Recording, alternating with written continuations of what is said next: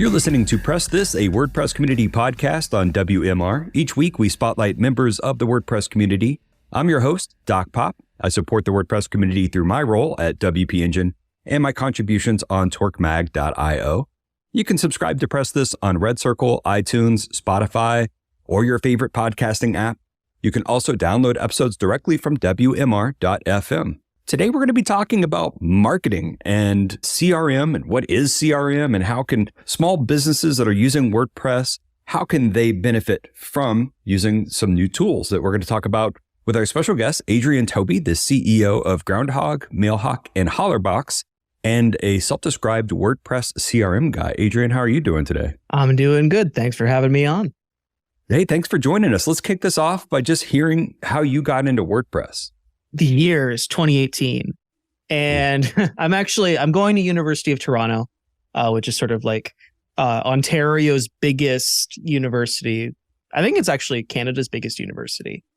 And I was going for computer science, and I was doing the computer science thing, and I was doing that part-time while at the same time working with my parents in their digital marketing agency. So we were doing like a lot of site builds, mostly with WordPress, and we were using a CRM and marketing automation platform called Infusionsoft. It was called Infusionsoft at the time. Today, people better know it as Keep. And then the branding gets really weird when you get to the plans, and there's like Keep Max, which is actually the old Infusionsoft. And anyway, so in 2018, I failed my first ever course in my life in university. It was the course code was CSC, Computer Science 265. It was like big O notation and logarithmic proofs and stuff that was just, I don't know, stuff that I could probably practically never implement. Mm-hmm. And so I failed that course. And since I was only doing school part-time, I did the math and I wasn't going to graduate till like 2024. So like next year, so from 2018 to like next year, I would have still been in school, working on my degree part-time. And I was just like, there ain't no way that I was going to do that. And so after just doing like a bunch of website builds full-time, which I did during the day, and building out custom plugins and doing custom code, and I wrote a plugin called FormLift, which was a specific form builder for businesses that used Infusionsoft and WordPress. I just ended up fallen into just writing more and more and more code. And then I'm like, well, I don't want to keep going to school. So over the summer, I'm like, I got to do something, right? And I wasn't a huge fan of continuing to trade dollars for hours in the agency model. So I was like, well, what am I going to do? And it wasn't going to be FormLift because the total number of potential users is only the maximum number of users that Infusionsoft had at the time, and the subset of those users that also use WordPress. So it's very niche, not really big enough to build a super sustainable business. I noticed that there was no real dedicated CRM for WordPress people. I should say that there wasn't. There was a product called ZeroBS CRM, which is actually still around, got renamed to Jetpack CRM. Mm-hmm. But there was no CRM that had like a full-fledged CRM plus the marketing automation component, which is kind of what people think of now when they think of CRM. It's sort of part and parcel, where it's like you want to be able to like segment your list and then send them an email or add them to an automation or do a funnel or something. The marketing component is like synonymous now. And that didn't exist within the WordPress ecosystem. And so I made it. Can you just quickly guess how many plugins you think you've made for WordPress?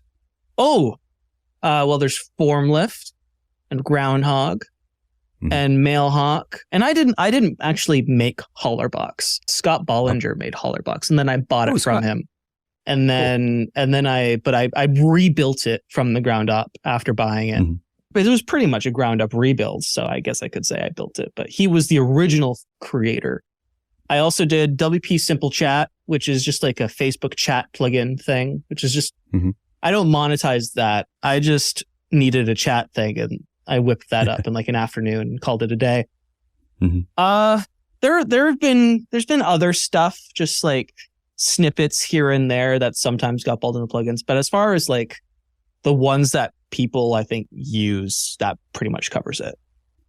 So let's imagine that I'm a small business owner selling high-end boutique beer coasters. Very niche. Yeah. Very looking to go full time. I got my WordPress site. Maybe I'm running WooCommerce. Maybe I'm not. And I'm looking to expand my business. I don't know what to do, and I'm ready to kind of dive in. How could a tool like, I mean, we're talking about customer relationship managers, CRMs. How could a tool like Groundhogg help someone like me out? All right. Well, for anyone who's selling beer coasters, you are about to get Boutique. some very valuable advice for absolutely free. This isn't you, is it? You're not selling boutique beer coasters, are you? No. They're not selling at all. Okay. That's the problem. Oh, okay. Well then. No, I don't have a business selling boutique beer coasters. That's a totally made up thing. Totally made up. Well, for anyone selling boutique beer coasters or anything else for that matter, there's a number of ways where, before I jump into it, I want to add some caveats, like using CRM and marketing automation as a growth and sales tool. So number one is CRM and marketing automation become useful when there's already sort of people coming through, like the funnel is being filled at the top. CRM and marketing automation is bottom of funnel or mid funnel stuff. Like you have to have traffic for anything that you build in CRM to actually work, or you have to have a list, or you have to have something. Otherwise, if you imagine like all your sales is like a fire, without people, and if CRM is gasoline, you're just dumping it all over the ground and it's not lit. Like it's just total waste. But once you have like people, like once you have traffic coming to the site, and once you start getting subscribers, and once you start getting people like going to the checkout page and even buying, and there's a little bit of life there, that's when you need to start investing in tools like these. So that's the caveat. If you're starting from scratch, there's other stuff that you need to do first. Like you need to go build your initial audience, and that's a lot of groundwork and just relationship building and content that you have to do. And that's a slog. And I've actually spoken on other podcasts about how I did that many years ago. So where you start is there's some low hanging fruit stuff. People probably hate that phrase, but it's true. Like cart abandonment is probably the number one thing that I'd recommend for an e-commerce company that's doing boutique stuff. Basically, the way that it works is someone goes to the checkout page and they get halfway through. Maybe they give you an email address and put in their shipping information and phone number. And then they're all of a sudden going to click that checkout button, and then their mom calls or their card declines, or, the wife says, let's go out to dinner and whatever, like something happens and they don't check out. Well, in Shopify, if anybody's used Shopify, they actually have this like built in as a feature. WooCommerce does not. Basically, you take that person's email address that they submitted, and there's like a listener on the page that captures that, sticks it in the CRM, puts them in a funnel, and then an hour later, if they still haven't checked out, shoots them an email to say, hey, you didn't check out. Here's all the stuff that's in your cart. Click this link, go back to the web page. It automatically restores their cart and basically brings them where they left off in the checkout system, and all their information's pre-filled, and all they have to do is click that checkout button, right? Like that's some low-hanging fruit right there. I don't know. Some people are against this. I'm not. I'm like bacon to the margins. But discounting, let's talk about discounting for a second and how discounting can be combined with lead generation. So there's a couple, and also with cart abandonment as well. I mean, going back to the previous topic, that email could also have, hey, you haven't checked out, maybe this 10% discount will help get you in, right? Absolutely. That's, and if you are one of those people that likes to do the auto-generated thing, then you can do that. I don't do auto-generated because actually I use my discounts for reporting, and you can't do reporting on generated discount codes, but I'll make a discount code that looks generated and stick that in there, but then be able to track how many people actually use that discount code. But that's just me.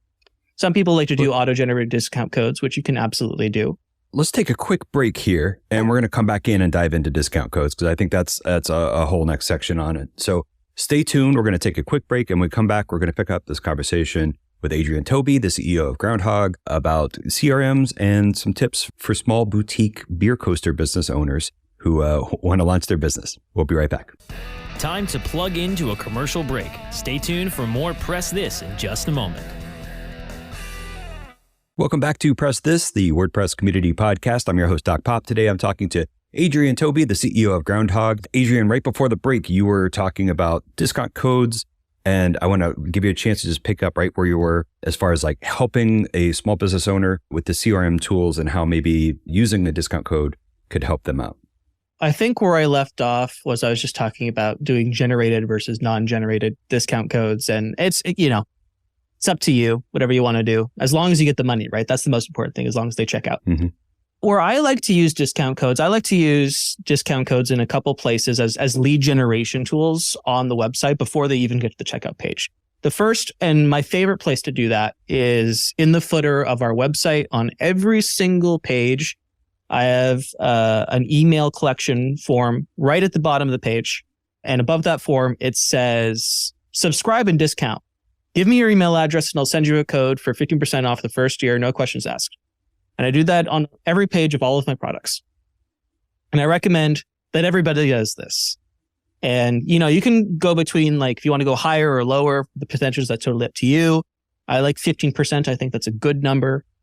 And that pretty much turns 1% of site traffic into an email address and then converts at 30%, which is pretty good.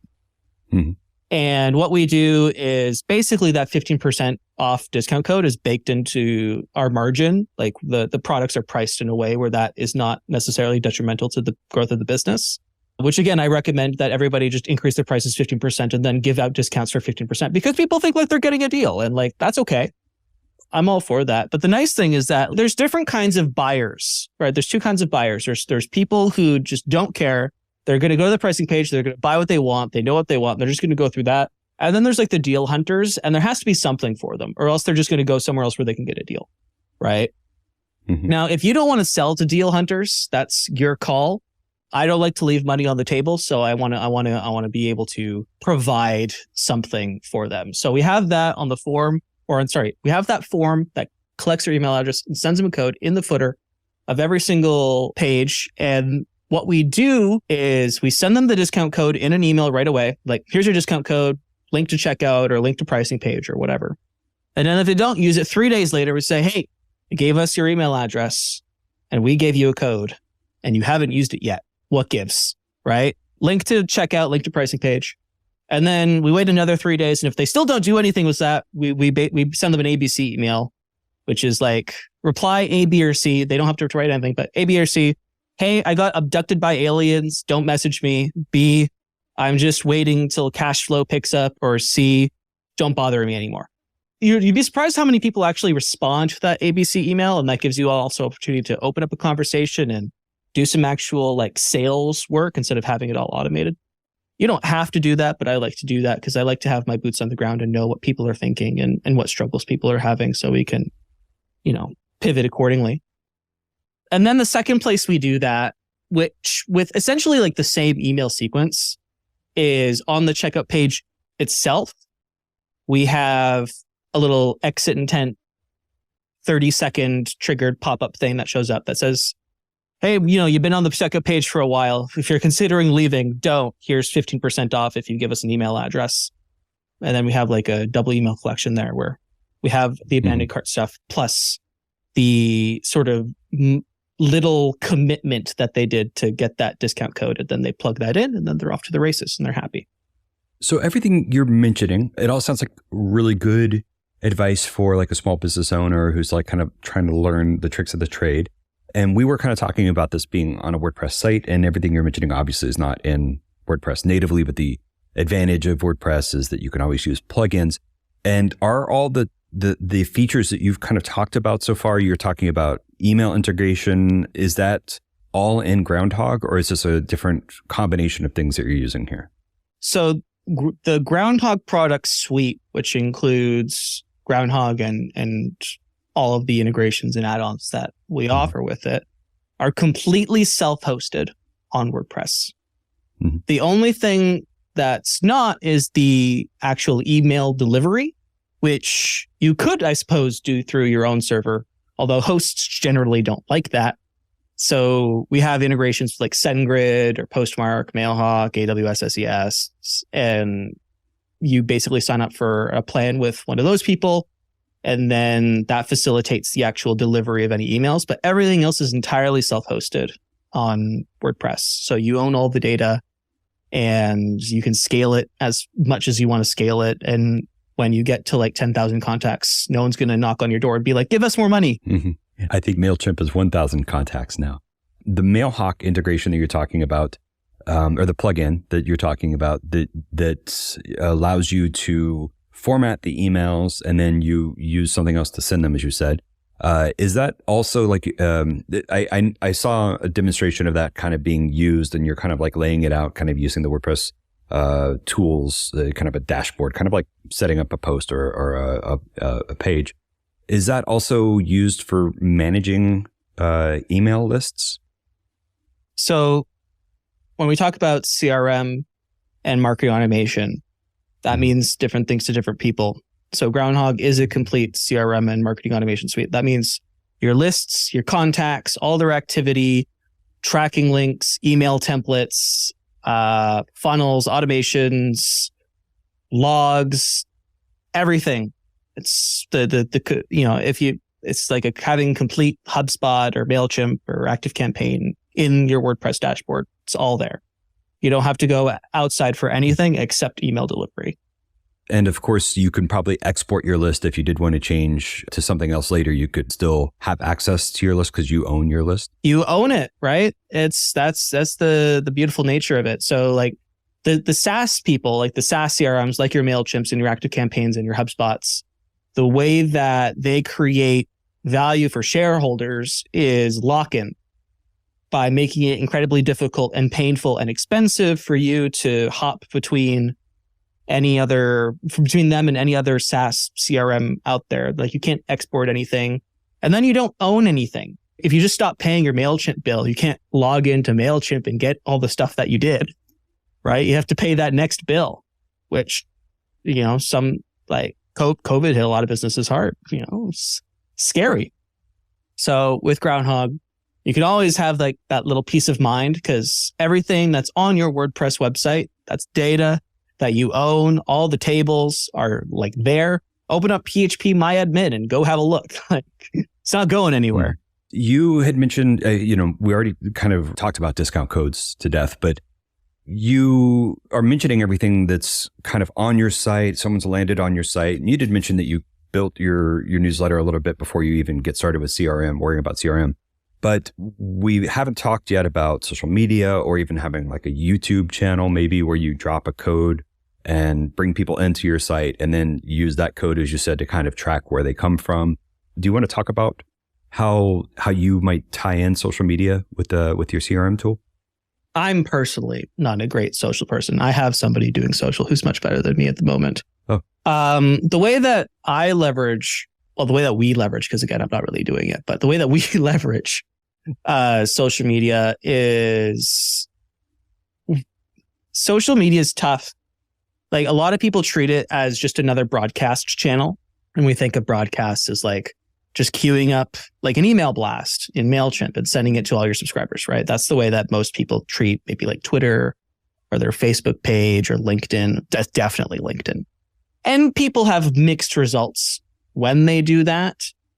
The way that we leverage social media is by leaving breadcrumbs.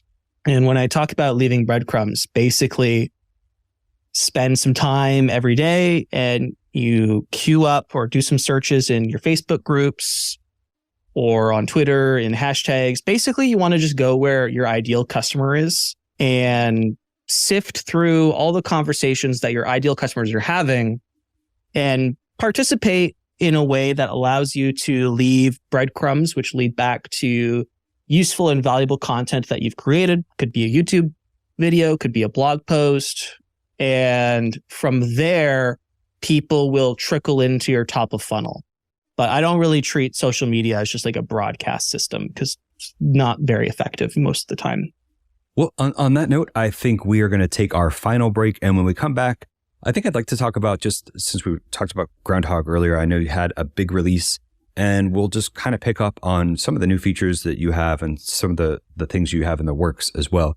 So stay tuned for more with our conversation with Adrian and Tobey after the short break. Time to plug into a commercial break. Stay tuned for more Press This in just a moment. Welcome back to Press This, the WordPress Community Podcast. I'm your host, Doc Pop. Today, I'm talking to Adrian Tobey, the CEO of Groundhogg, about WordPress and CRM. And I think we've done a pretty good job so far of creating a fictional business and turning that boutique beer coaster business into a thriving billion-dollar beer coaster business, just like my alliteration there. So now with all that, I think we could just talk a little bit about, like I said right before the break, Groundhogg just posted, you posted a walkthrough of some of your new features. Why don't you tell us what's new in the product right now? So our latest release was mostly to revitalize our email editor, which, all truthfulness, had been lagging behind some of our competitors and the market in general. A few years ago, we actually attempted to do like a Gutenberg-based email editor, and while that was sort of the hype, and we went down that rabbit hole, and I spent a lot of money going down that rabbit hole, and it never really panned out, and scrapped the whole thing and took a loss. It's very painful. But starting last year, we went at it again with vigor and with a different vision in mind. Rather than going the Gutenberg, where we just developed from scratch and we did everything from the ground up. It is a very pleasant experience now to design emails. You can design emails that rival the appearances and the aesthetics of stuff like MailChimp and BeFree or Stripo. You're basically getting now a comparable experience. It's blazing fast, much faster than Gutenberg. I think our customers like it. I hope they like it. It's been out since only Monday. Like we went live on, like, today's Thursday, right? It only went live like 3 days ago, and nothing's crashed and burned yet. So that's good. I'm pretty happy about that. You got your image blocks and your button blocks and your text blocks and dragging your custom code blocks, your query loop blocks. I mean, it's got everything you basically need to be able to send out a well-formatted newsletter or like a sales pitch, or, you just want to send like a plain text email to people. It's pretty comprehensive as far as being able to design good-looking content in the inbox. Well, that's cool. Congratulations on launch and not having any servers catch fire or anything since it's gone live. Do you have something else you're working on that you can quickly tell us about, like an upcoming project? Well, the next upcoming projects are definitely like additional blocks for the email editor and hooking in with WooCommerce and easy to downloads to get listing products in there dynamically. And then after that, revisiting some of our add-ons like payments and calendars. And we just want to update all the experience to be as wonderful as using our new email editor at the moment. It's a big product. Like there's lots. We got lots going for us as far as like features, and we do like a round robin where we focus on one feature, we get that up, and then we have to go around and bring all the other features up to the new bar that we set for ourselves. So there's going to be a lot of that in the near future. Awesome. Well, with that, how can people find out more about Groundhogg and what you're working on? Yeah, I mean, you can go to the website, Groundhogg with 2Gs.io. We're on the WordPress repo, and we got lots of YouTube videos there that shows some of our new stuff and suggestions and marketing strategies. If you want to find me personally, DM's open, Adrian Tobey on Twitter/X. Hit me up. Awesome. That's great. Well, thank you so much, Adrian, for your time. And we have more episodes coming out. This is a weekly podcast. Next week, we'll be talking with Anil Gupta about the multi-collab plugin for WordPress, which is going to be a very exciting conversation. Thanks for listening to Press This, a WordPress community podcast on WMR. You can follow my adventures on Twitter/X at @TheTorqueMag. That's @TheTorqueMag. Or you can go to torquemag.io for more episodes of Press This, as well as transcribed versions of each conversation. You can also subscribe on Red Circle, iTunes, Spotify, or download directly from WMR.fm. I'm your host, Dr. Popular. I support the WordPress community through my role at WP Engine, and I love spotlighting members of that community each and every week on Press This.